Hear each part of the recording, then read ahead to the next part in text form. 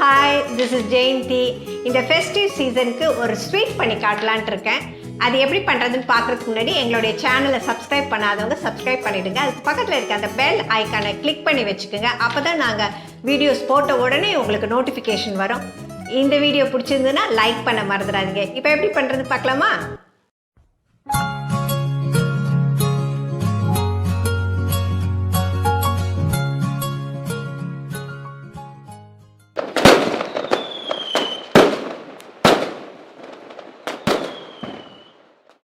Maida 200 grams, butter 50 grams, baking soda 1 teaspoon, vinegar 1 teaspoon, cinnamon powder 1 teaspoon, lemon half,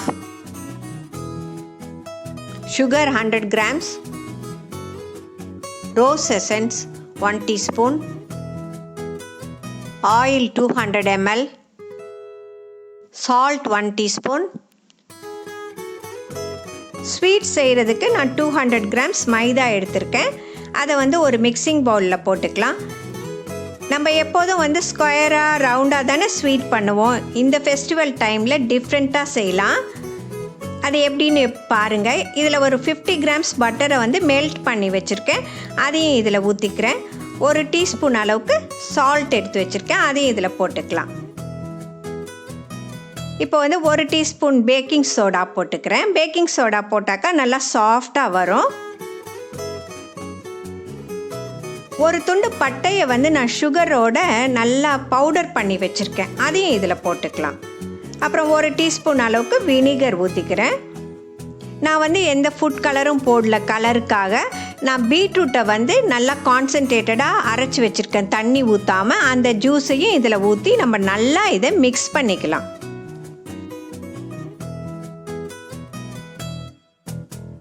இப்போ இதை நல்லா mix பண்ணிக்கிட்டு கொஞ்சம் கொஞ்சமாக தண்ணி ஊற்றி நம்ம பிசைஞ்சிக்கலாம்.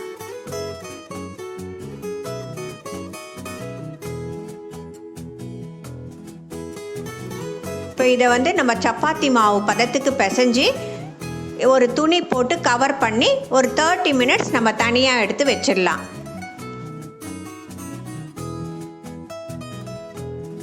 மாவு பிசைஞ்சு வச்சுருக்கோம்ல, அது கொஞ்சம் நேரம் இருக்கட்டும். அதுக்குள்ளே நம்ம சுகர் சிரப் பண்ணிக்கலாம்.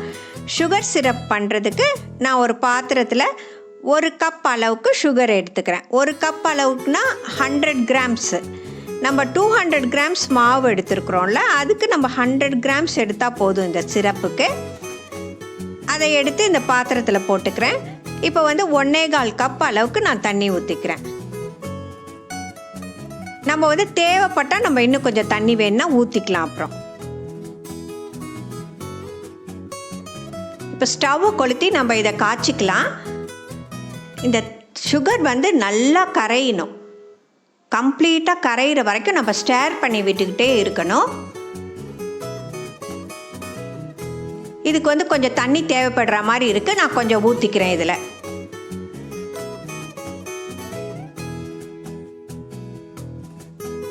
ஒரு ½ லெமன் எடுத்து வச்சுருக்கேன். அதை இந்த சிரப்பில் நம்ம புழிஞ்சிக்கலாம். லெமனோட ஃப்ளேவர் ரொம்ப நல்லாயிருக்கும். அதே மாதிரியே நான் தேன் எடுத்து வச்சுருக்கேன். அது ஒரு 2 டேபிள் ஸ்பூன் ஊற்றிக்கலாம். இந்த ஸ்வீட்னஸை என்ஹான்ஸ் பண்ணுறதுக்காக தான் நம்ம தேன் ஊற்றுறோம். இதை ஊற்றி நம்ம நல்லா மிக்ஸ் பண்ணி விட்டுக்கலாம்.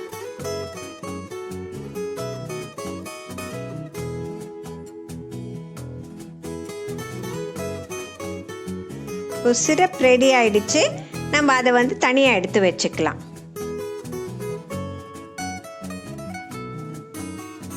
தேர்ட்டி மினிட்ஸ் ஆகிடுச்சு. நம்ம இப்போ இந்த மாவை எடுத்து நம்ம சப்பாத்திக்கு திரட்டுற மாதிரி, ஆனால் பெருசாக திரட்டிக்கணும். இதை நீங்கள் 2 போர்ஷனாக கூட எடுத்து திரட்டிக்கலாம். நல்லா அழகாக பிங்க் கலராக இருக்குல்ல. நம்ம எப்போதும் ஃபுட் கலரை அவாய்ட் பண்ணிக்கலாம். இதை மாதிரி நம்ம கேரட் ஜூஸு, பீட்ரூட் ஜூஸு இதெல்லாம் நம்ம யூஸ் பண்ணால் ஹெல்த்துக்கும் நம்மளுக்கு நல்லது. இதை நல்லா பெருசாக ஸ்ப்ரெட் பண்ணிக்கணும்.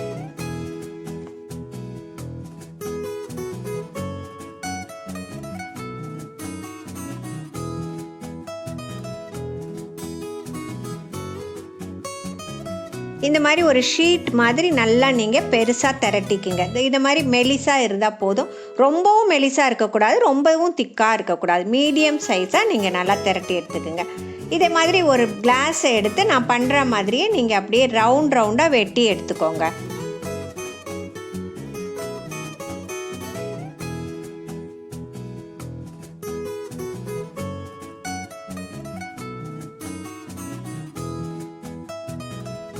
இது மாதிரி ரவுண்டாக நம்ம கட் பண்ணி வச்சுருக்கிறத எடுத்து இப்போ ஒரு பூ மாதிரி நம்ம செய்ய போகிறோம். ஒரு பூவுக்கு 3 ரவுண்டு தேவைப்படும்.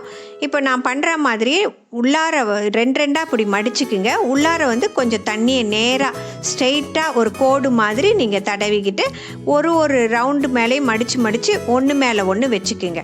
வச்சுட்டு இந்த குச்சியில் வந்து வச்சு அமுத்தி விட்டிங்கன்னா அது வந்து நல்லா ப்ரெஸ் ஆகிடும். 2 சைட்லேயும் அதே மாதிரி அமுத்தி விட்டுடணும். ப்ரெஸ் ஆனிச்சுன்னா நல்லா ஒட்டிக்கும். இப்போ இந்த சைடும் அந்த சைடும் நீங்கள் வந்து ஒரு பூ மாதிரி எடுத்து ஒட்டிக்குங்க. இதே மாதிரி பூ மாதிரி வரும். அதே மாதிரி நான் இன்னொன்று செஞ்சு காட்டுறேன் பாருங்கள். இதே மாதிரி மடிச்சுக்குங்க. 3 இதை மடிச்சுக்குங்க. இதே மாதிரியே இப்போ நான் உள்ளார தண்ணி தடவுறேன் பார்த்துறீங்களா? அதே மாதிரி நீங்களும் தண்ணி தடவிக்கிங்க. இது வந்து ஒன்றோட ஒன்று ஒட்டிக்கிறதுக்காக தான் நம்ம இந்த மாதிரி தண்ணி தடவுறோம். அப்போ தான் நம்ம எண்ணெயில் போட்டோம்னா அது பிரியாமல் வரும். இது மாதிரி ஒரு குச்சை வச்சு அமுத்திட்டிங்கன்னா நல்லா ப்ரெஸ் ஆகிடும். இப்போ வந்து இந்த சைடும் அந்த சைடும் எடுத்து ஒட்டிக்கிங்க. அதே மாதிரி ஆப்போசிட் சைட்லேயும் 2 எடுத்து ஒட்டிக்கிங்க. இந்த மாதிரி சைட்ஸ்லேயும் அதே மாதிரி 2 எடுத்து ஒட்டுனீங்கன்னா இதே மாதிரி பூ வரும். நான் உங்களுக்கு இன்னொரு டைப்பும் செஞ்சு காட்டுறேன் பாருங்கள்.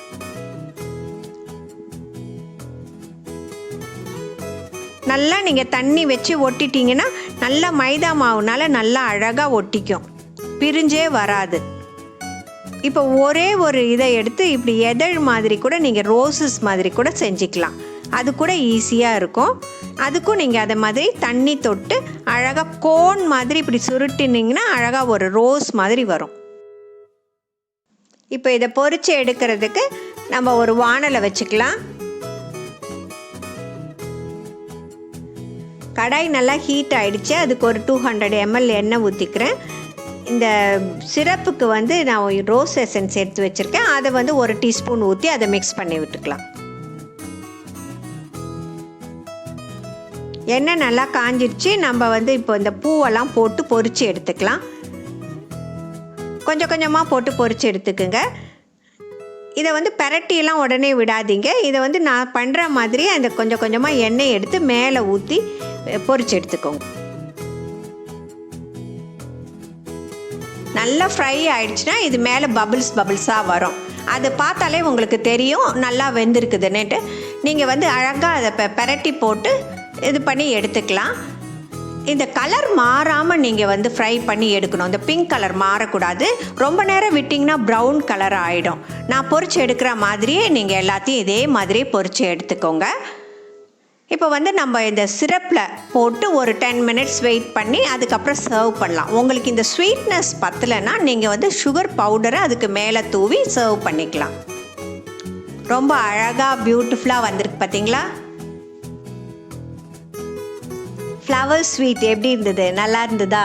எப்போவுமே நம்ம ஒரே மாதிரியே பாதுஷா மைசூர் பாக்கெலாம் செய்யாமல் இந்த தடவை நீங்கள் இது மாதிரி ஃப்ளவர் மாதிரி செஞ்சு கொடுத்தீங்கன்னா எல்லாருமே கேட்பாங்க எப்படி செஞ்சீங்கன்னு சொல்லிட்டு. அவ்வளோ அழகாக க்யூட்டாக இருக்கும் பார்க்குறதுக்கு. ஒரு அழகான ஒரு ஃப்ளவர்ஸாக நம்ம பிளேட்டில் வச்சு அனுப்பணுன்னா சூப்பராக இருக்கும்ல. இதை மாதிரி நீங்கள் செஞ்சு பாருங்கள். செஞ்சு பார்த்துட்டு உங்களுடைய ஃபீட்பேக்கை எனக்கு கொடுங்க. எங்களுடைய சேனலை சப்ஸ்கிரைப் பண்ணாதவங்க சப்ஸ்கிரைப் பண்ணுங்கள். அதுக்கு பக்கத்தில் இருக்க அந்த பெல் ஐக்கானை கிளிக் பண்ணி வச்சுக்கோங்க. அப்போ தான் நாங்கள் அப்லோட் பண்ண உடனே உங்களுக்கு வீடியோஸ் வரும். இந்த வீடியோ பிடிச்சிருந்ததுனாக்கா லைக் பண்ணுங்கள், ஷேர் பண்ணுங்கள். ஓகே, பாய்.